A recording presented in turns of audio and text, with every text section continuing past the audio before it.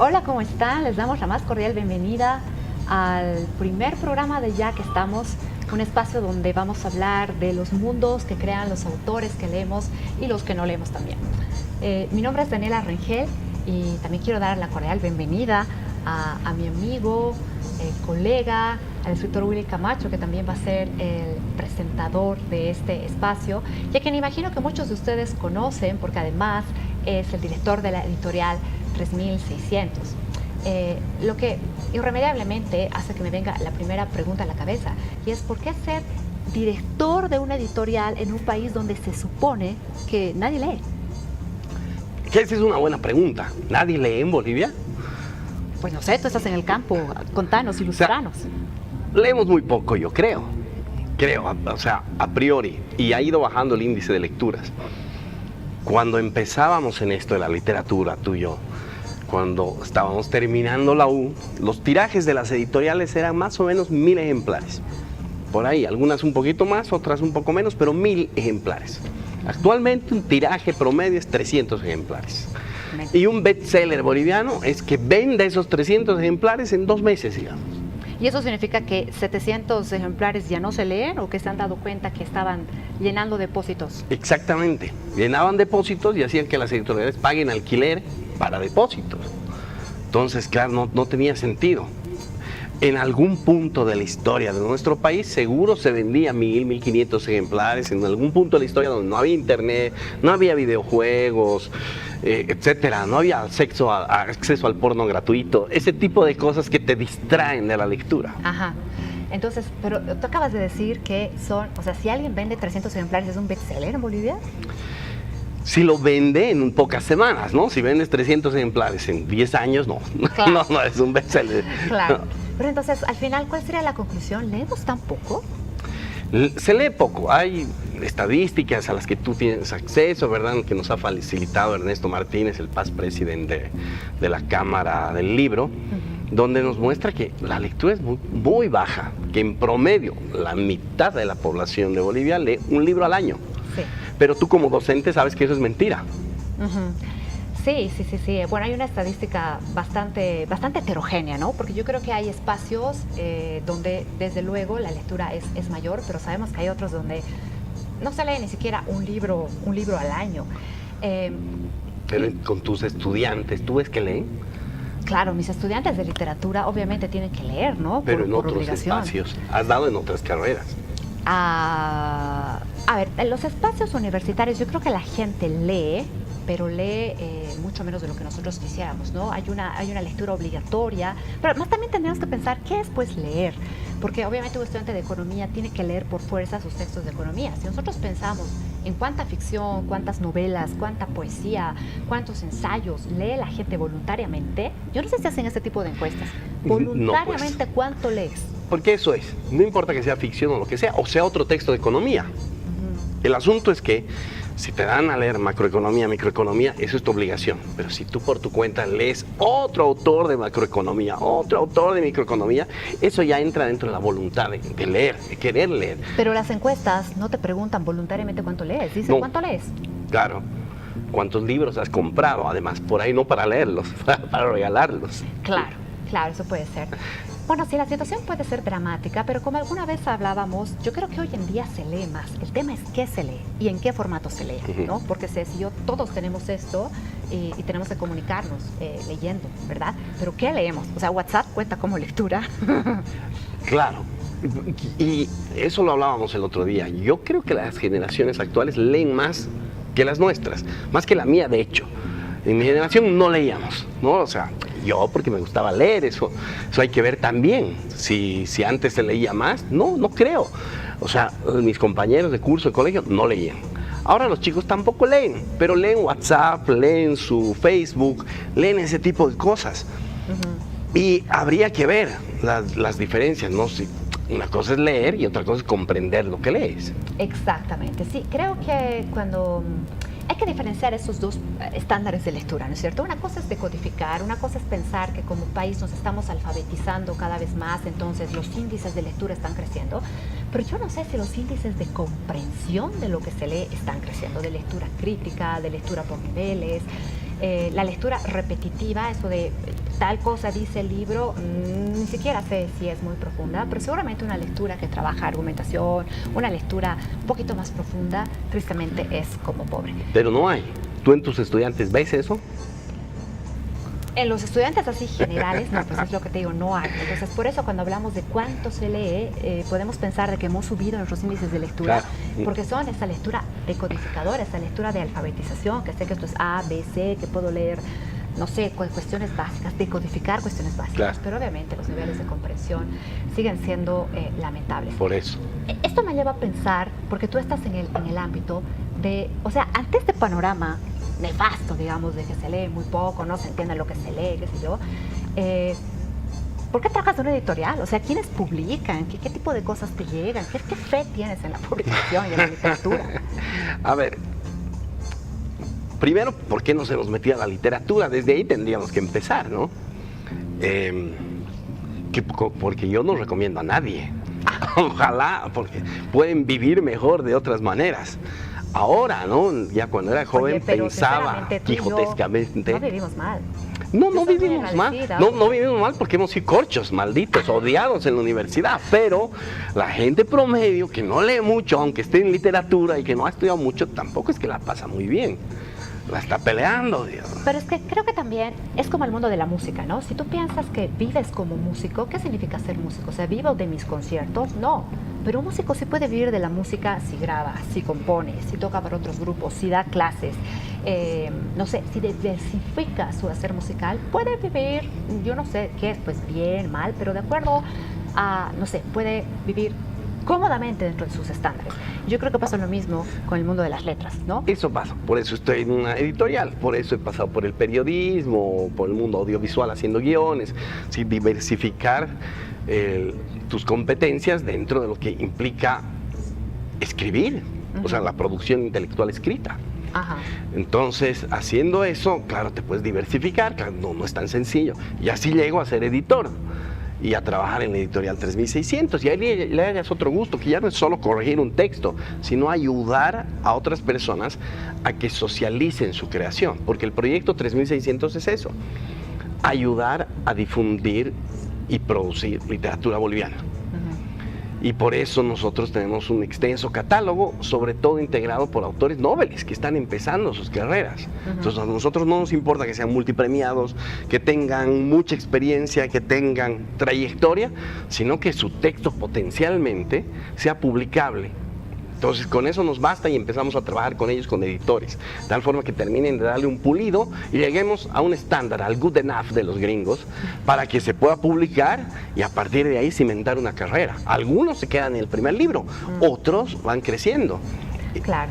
Oye, y en esto que te llegan tantos libros y tienes que leer, para tener una editorial, pues me imagino que no llega un libro al mes, ¿no?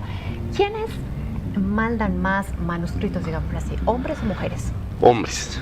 Definitivamente. ¿Por qué? Porque no cocinan. No. O sea, no es mala onda. Pero la verdad es que no pierden el tiempo en cosas. Estoy haciendo un chiste malo, pero. Totalmente, porque las mujeres no perdemos el tiempo.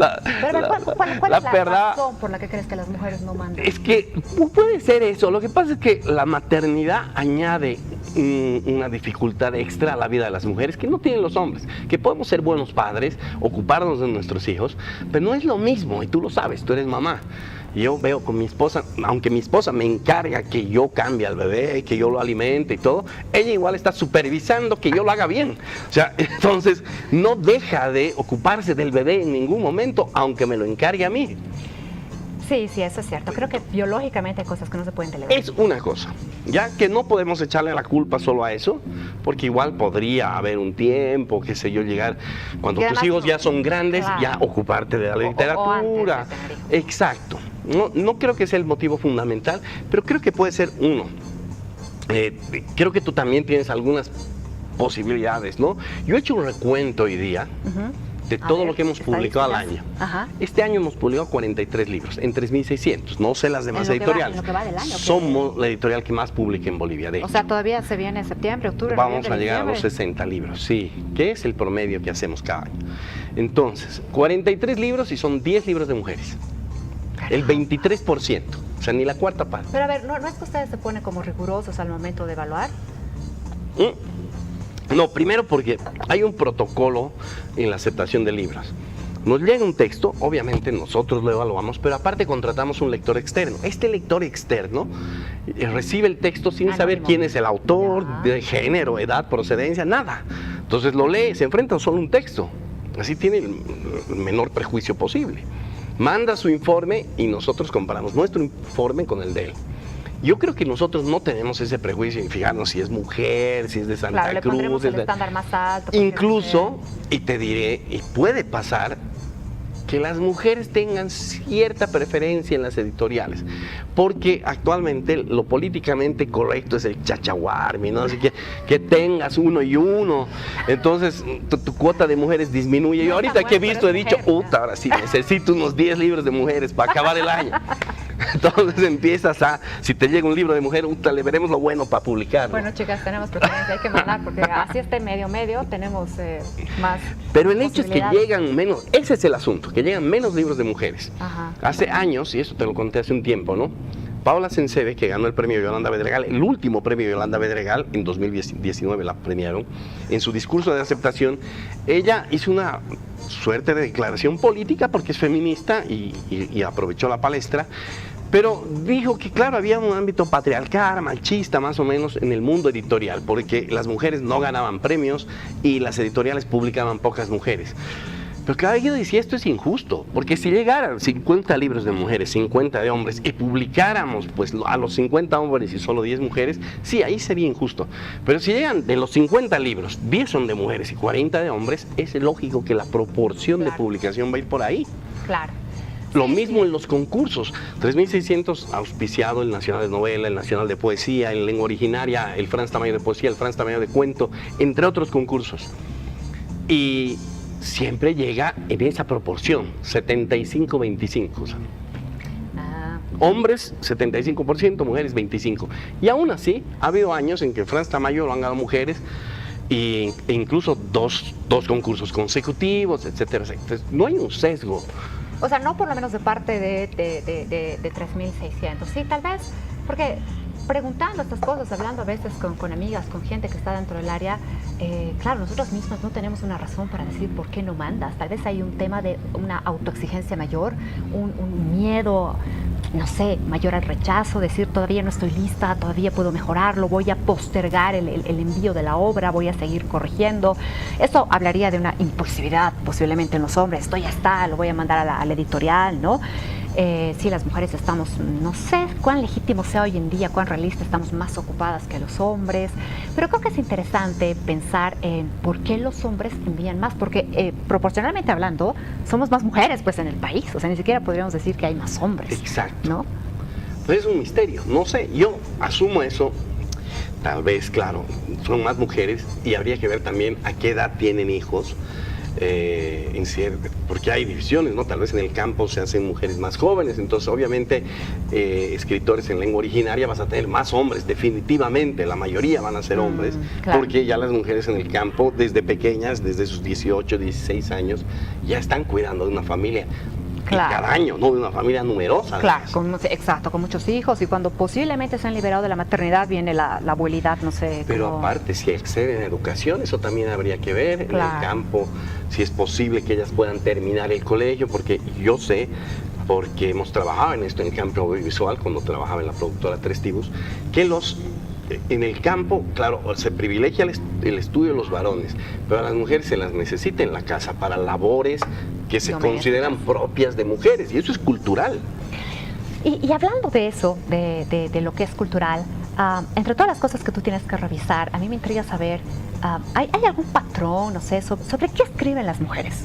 Y ¿hay temas masculinos y temas femeninos? Hoy en día podemos hablar de una literatura femenina, masculina o algo así. Es raro, y yo tampoco entendí mucho eso, de esas divisiones, porque al principio, cuando veía estos talleres de literatura femenina, era bueno, literatura escrita por mujeres, que me parece que es distinto a una literatura femenina. Uh-huh. Sí.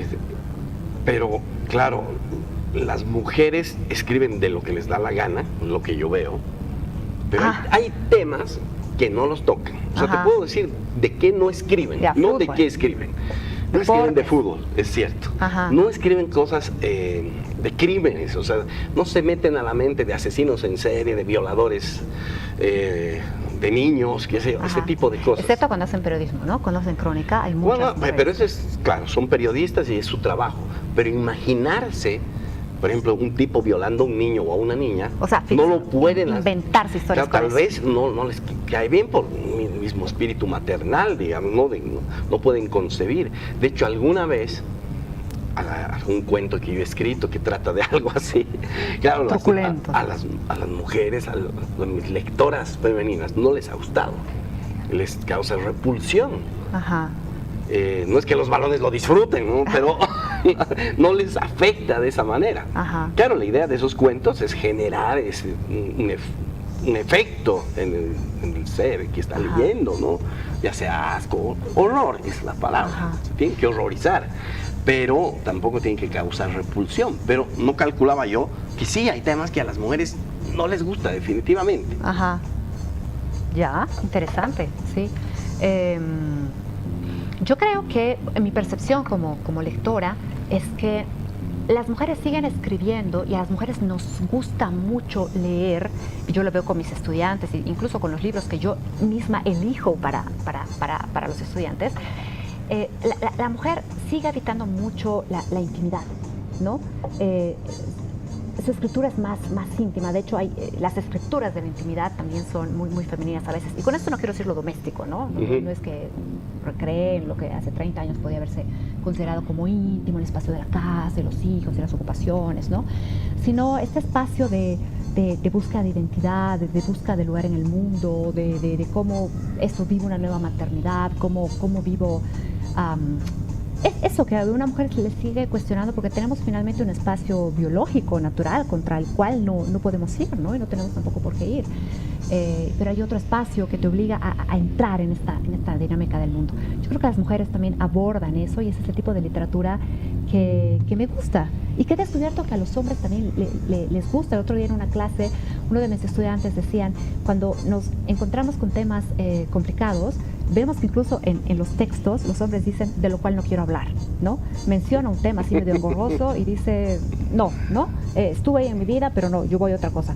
En cambio, la mujer aborda, cuestiona, mira, sale, quiere hablar del trauma, del conflicto, no porque le guste, obviamente, sino porque hay una necesidad de entenderlo con palabras y no decir, dejemos esto de lado y voy a, no sé, hablar de cualquier otro tema. Pero eso pasa en la vida cotidiana, ¿no? Pasa entre parejas, ¿no? El hombre ya no quiere hablar, sí, ya, listo, tienes la razón. No, pero ¿por qué tengo la razón? Porque sí está bien. No, pero los hombres tampoco hablan pues mucho de sus problemas, ¿no es cierto? Por eso, es que ahí acaba. Yo, ¿para qué voy a hablar más? Es como me pregunta mi esposa, ¿cómo te ha ido en la oficina? Bien. Ya es un buen resumen ejecutivo de cómo me ha ido. Ya, pero ¿qué has hecho? He trabajado. Pero si tienes un problema. Claro, lo abordo, le digo, mira, hoy día he discutido con mi jefe por esto. Ya está, pero no hago el resumen de todo el día en otro día. O sea, no me toma 12 horas contarle las 12 horas de... Tampoco es que las mujeres hablan y dan vueltas sobre el tema. Lo que pasa es que las mujeres tal vez necesitan entender, ¿no? Y si yo lo hubiera dicho y me contestó, pero tal vez la próxima vez y lo abordo, ¿cómo me adelanto que no vuelva a pasar? No es que te guste contar con detalle las 12 horas de tu jornada, ¿no? Pero sin duda la dinámica es distinta y lo que se establece con el papel también es distinto, ¿no? Pero definitivamente eso íntimo es genial. Camille Urioste en Soundtrack, por ejemplo, hace una exploración de ese universo femenino tan rico y además puesto en forma de diccionario, que qué es más abarcador que un diccionario, que una enciclopedia, ¿verdad? O sea, que abarca todo, y ahí empieza desde la A hasta la Z. Ajá. Con puras definiciones. Desamor. Claro, amor, amistad y lo que significa para la protagonista cada palabra. Y cada definición es un poema en prosa, entonces te entrega un poemario novela, digamos. Sí. Y además los capítulos son pues pequeñitos, no son de... Claro, es la A, cada letra es un capítulo. Pero ya está, en la C tú ya sabes de qué va la historia. Ajá. Es una construcción impresionante, narrativa, donde te narra un universo interior, íntimo, femenino, complejo. Sí, súper interesante. Bueno, vamos a hacer una pausa y volvemos pensando nuevamente qué es lo que pasa con las mujeres y con los hombres cuando escriben.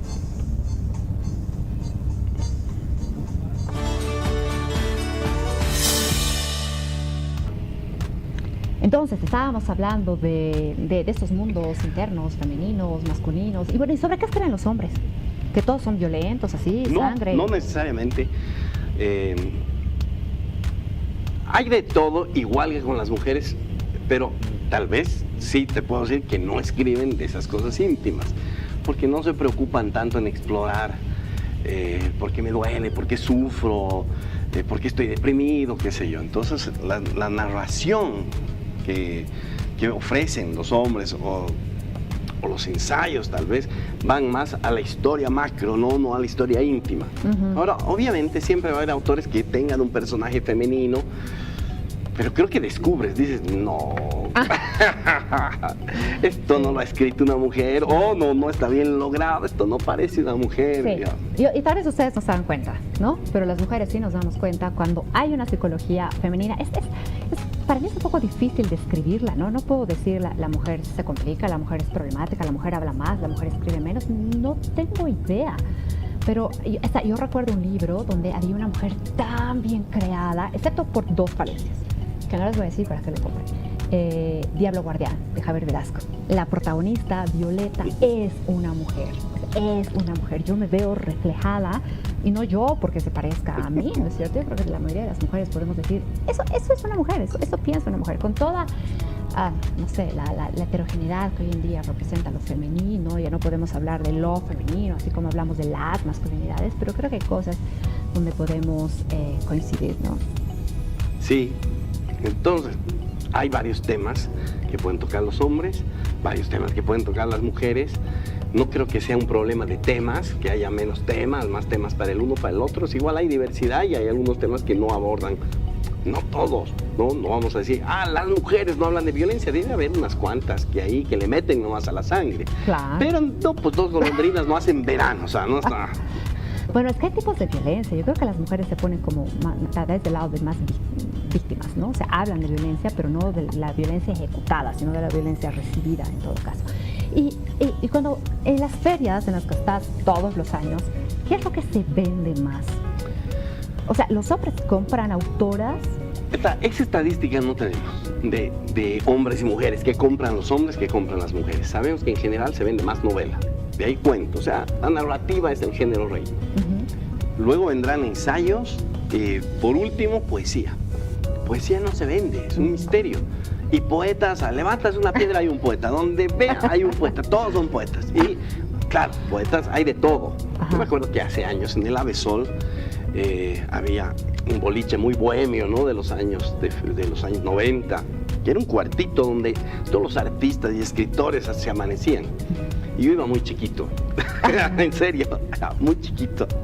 Y en el baño habían grafiteado y decía, vivan los malos poetas, gracias a ellos seguimos escribiendo. Porque había una división entre malos y buenos poetas. Y otro le puso a la semana siguiente, los malos poetas no existen, poetas los hay o no. Entonces, bueno, hay una comunidad ahí de poetas que se respetan y se quieren entre ellos, pero estoy seguro que entre ellos también deben decir, este es un poeta menor, este es un poeta mayor, pero que hay montones, hay. En la Feria del Libro de Santa Cruz, ahí encuentro todos los años Ciudad de los Anillos, de poetas. Y obviamente no del tiempo para leerlos a todos, ni entre ellos se deben leer mucho, pero ahí está el misterio. Hay mucho poeta, se escribe mucha poesía, muy buena poesía en Bolivia, debo decirlo, reconocida a nivel latinoamericano como claro. de la mejor del continente. ¿En serio? En serio, los poetas bolivianos son reconocidísimos. ¿Y quién los reconoce? ¿Otros poetas? Otros poetas, o sea, claro, pero sus pares, eso ya es importante. Claro. ¿Ves? No van a decir lo mismo los futbolistas. Claro. Bueno, los futbolistas bolivianos son de lo mejor que hay, no pasa eso. Entonces, el asunto es que, siendo la poesía un género tan rico en Bolivia, tan practicado y tan reconocido, la gente no lo lee. Entonces quiere decir que lo que se publica de poesía es para los propios poetas, o sea, para los colegas. Mientras que la narrativa sí le llega a todo el mundo. Puede ser porque el ser humano viene programado para contar historias y escucharlas. Exactamente, desde los albores de la humanidad. O sea que lo que más se vende son novelas. Interesante pensar en qué es lo que compran más los hombres y lo que compran las mujeres, ¿no? Pero ahí está el detalle. Ponte que se vende independientemente, ¿no? Más novela, más cuento, pero ¿cuánto se vende? Ese es el asunto, porque aunque se venda más, si un libro de 300, un tiraje de 300 ejemplares de novela se acaba en un año, en el mejor de los casos, de un poemario se acabará en 3, digamos, ¿ya? Pero igual son solo 300 libros, o sea, la gente está leyendo muy poco. Y volvemos al inicio de nuestra charla. O sea, ¿qué hacemos? ¿Se lee o no se lee en Bolivia? Yo creo que se lee muy poco, por no decir nada. Lo que pasa es que decir nada sería muy injusto, claro, porque hay un público lector que va a las ferias del libro, las llena y consume, pero ya los conocemos, yo veo las mismas caras cada año, ya son amigos de saludo, porque vienen todos los años a la feria. Fieles al stand. Claro, y no pasa nada. Alguna vez nos dijeron, y rebajen pues los libros, así la gente va a leer más. Y no pasa eso. Si tú rebajas los libros, esos cuates que vienen cada año van a comprar a 2 libros. Los que no leen no van a leer.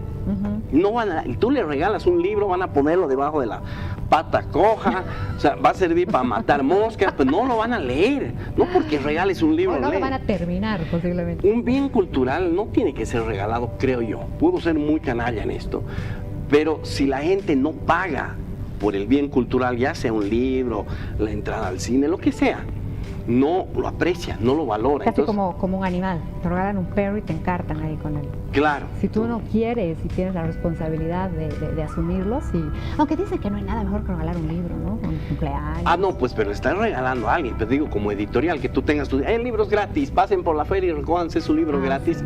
Vas a ver, pues, la gente que quiere forrar cuadernos con hojitas bonitas, va a empezar a recogerse el libro, sí, o para ir a venderlos afuera. Pero no, el que no lee, no lee, eso sabemos. Nada de libro electrónico, no tiene que ver con formatos, el asunto es simple, si no te han inculcado la lectura no vas a leer. Entonces ahí estamos con otro problema, ¿no? Sí, sí, absolutamente, creo que es importante esto de inculcar la lectura. No hay una ley que pueda hacer que la gente lea porque sí, porque ahora se está legislando o porque hay una ordenanza, no tengo idea. Es algo que se ve hacer a los papás. ¿Cómo empezaste tú a leer? ¿Cómo descubriste que...? No sé, ¿qué te fascinó de esta Yo me imagino que tan las letras han debido ser un misterio para mí, porque mis papás cuentan, yo no recuerdo, que yo abría el periódico, me echaba en la cama a los 2 años de edad y me quedaba hojeando el periódico. Seguro imitaba a mi papá, sé que mi papá era lector de periódico, mi papá no leía muchos libros. Casi nada, pero el periódico todos los días, ¿no? Compraba periódico hasta el fin de sus días, su periódico recibía todos los días.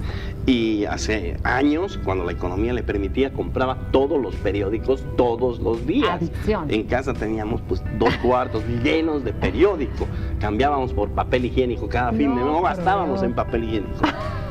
Entonces, pero sí en periódico, gastábamos una fortuna, era mejor comprar papel higiénico. El asunto es que las letras me imagino que me fascinaron y cuando ya no había periódicos empecé a leer lo que había en casa, lo poco de libros, así como en el estante que tenemos ahí, había un estante pequeñito en casa que mis papás habían llenado con lo que vendían los periódicos, porque claro, Última Hora tenía sus ediciones de libros muy buenos, clásicos, algunas novedades. ¿Tus libros del colegio? Sí, los libros del colegio no tanto estaban en mi cuarto, pero yo leí todo, los del colegio ya los había leído, entonces leía lo que había. O sea, no discriminaba, no podía elegir y mis papás tampoco veían que era muy necesaria la lectura de libros, digamos, ya tienes periódicos para leer, para hacer crucigramas, claro. Entonces, luego sí, cuando ya me interesé por la lectura, mis papás vieron, ya, anda a comprarte libros, ¿no? Y me dieron una platita para que me comprara. Pero mis primeros años de lector, acabé lo que había en la casa. O sea, leí libros que tal vez no debería haber leído un niño, pero estaban ahí. Algunos los entendí, otros no. Me acuerdo que ahí leí el testimonio de Domitila Chungara, por ejemplo. Yo era muy guagua. No entendía mucho lo de las luchas sociales, pero me conmovió. Pero la parte de la infancia la has tenido que entender. Pero aparte me conmovió, ¿no? Sí. Listo, igual, El rostro de la furia de don Enrique Rocha Monroy. Allí el colgamiento, ver un presidente colgado y además darme cuenta que no había pasado mucho tiempo, que eso había pasado del 44, o sea que no había pasado ni medio siglo de esa barbarie. Entonces, había cosas que no las entendía muy bien. Y otras que me conmovían, otras que me causaban gracia. Había libros picarescos de Pavlovich que no eran para menores, ¿no? Pero igual los leía porque estaban ahí. Y así me fui metiendo a la lectura, pero no había un orden, ¿no? Me gustaba leer y punto. No me gustaba leer con método. aprendí a leer con un método en la carrera de literatura, ya mayor, ya a mis 27 años. Ya a esa edad entré a estudiar literatura.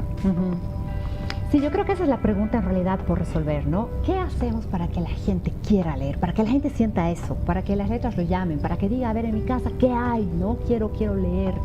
Y yo creo, en todos estos años de docencia, de tratar de entender a los más chicos, a los preuniversitarios, a los diplomantes, a los maestrantes, de qué es lo que pasa, yo creo que tiene que ver con algo súper básico que tal vez nos hemos olvidado, y es qué te interesa. Porque si revisamos la currícula de los colegios y encontramos la Odisea, la Ilíada, eso es pues matar, ¿no? Matar el deseo de querer leer.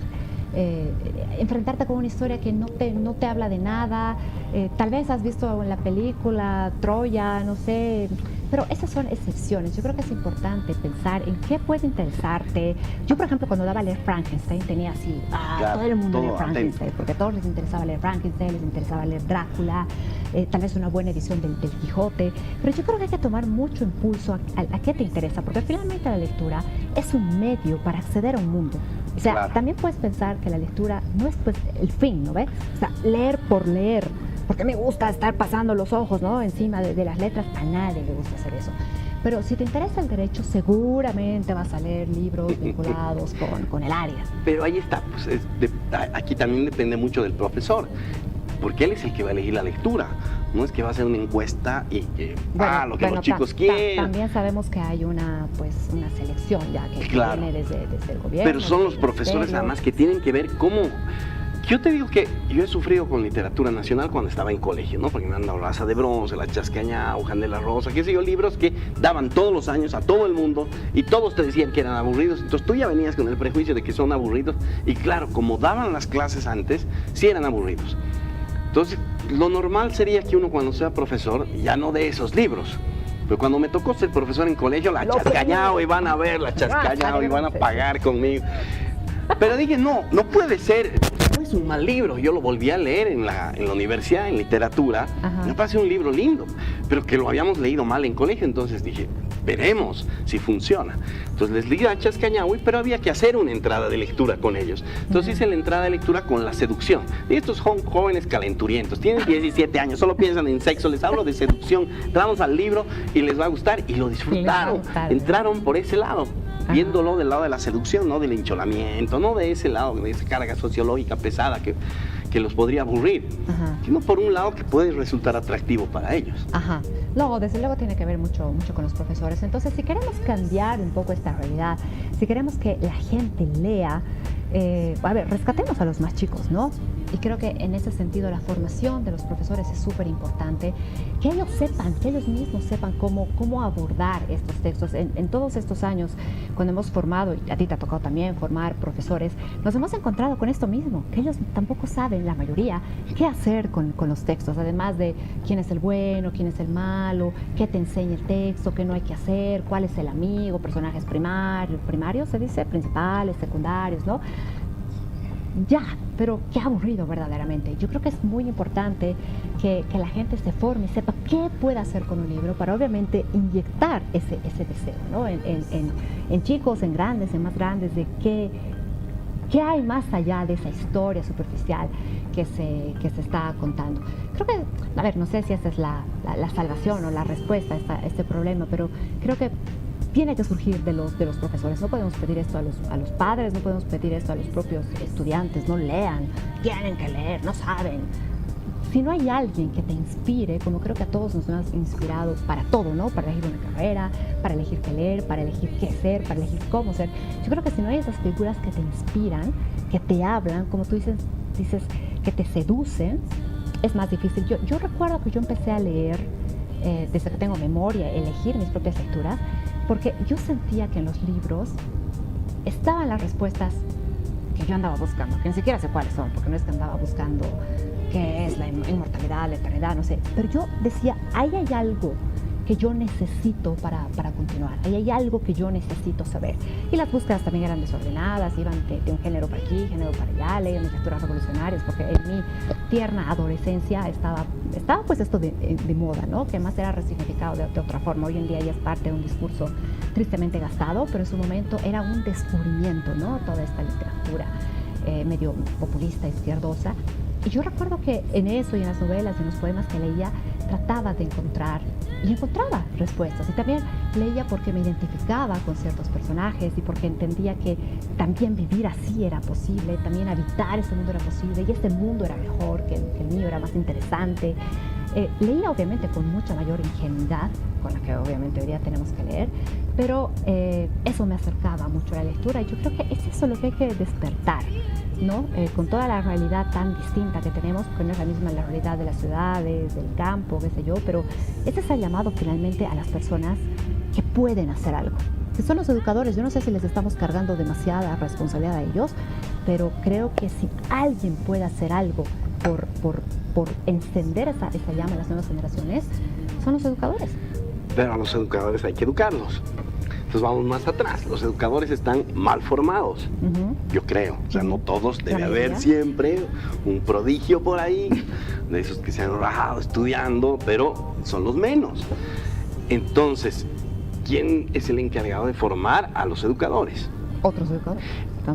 Pero el Estado, porque es la normal de maestros la que forma profesores, no hay otra. O sea, porque por ley y todo no pueden ir a los colegios fiscales profesores que no sean normalistas.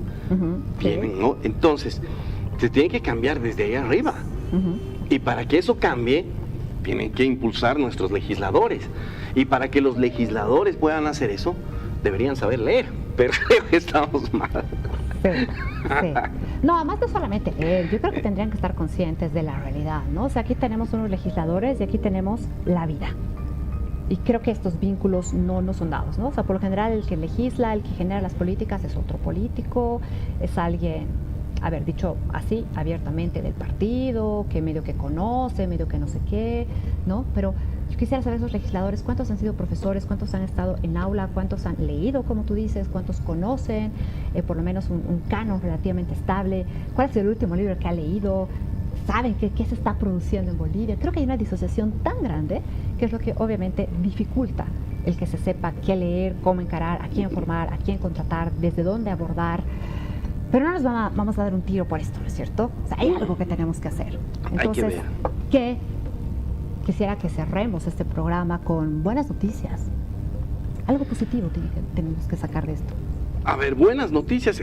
Siempre estos lunares que hay, es una buena noticia. O sea, esta gente que aparece y que se esfuerza.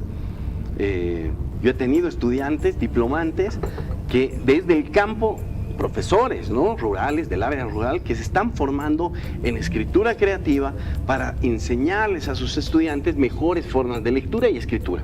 Estoy seguro que tú también tienes ejemplos de gente así. Absolutamente, sí. No son, creo que tan lunares. Yo tengo mucha confianza en que hay gente que quiere hacer bien las cosas con sus pocos recursos. Y yo creo que eso ya es un inicio, ¿no? Querer hacer bien las cosas. Con lo que tengo, pero lo que tengo está aquí. Porque también sabemos que hay otro grupo de gente que es, pues, estoy aquí porque tengo que estar aquí y nada más. Pero yo creo que en los siguientes programas vamos a hablar, vamos a proponer, vamos a tener nuevas ideas, cosas que se pueden hacer precisamente para, no diría incentivar la lectura, porque esto suena terrible, ¿no? Para que la gente desee leer y desee entender mucho más, ¿no? Nada, pues creo que este es un buen inicio y a continuación, en los siguientes encuentros, vamos a poder proponer más de esto. Y por ahí respondemos a la pregunta original, que es, ¿se lee en Bolivia? Hemos empezado con esa pregunta, hemos dado algunos elementos para que también allá en casa puedan responderse. Yo creo que no. Algunos dirán, yo sí leo mi WhatsApp, pero no importa tu WhatsApp, no importa si lees libros, no importa si son de tu carrera, son ficción, novelas, si lees Condorito, pero algo que no esté en tu teléfono celular. O si es tu celular, si hay libros en tu celular. Así es, así que muchas gracias por habernos acompañado y nos encontramos la siguiente semana.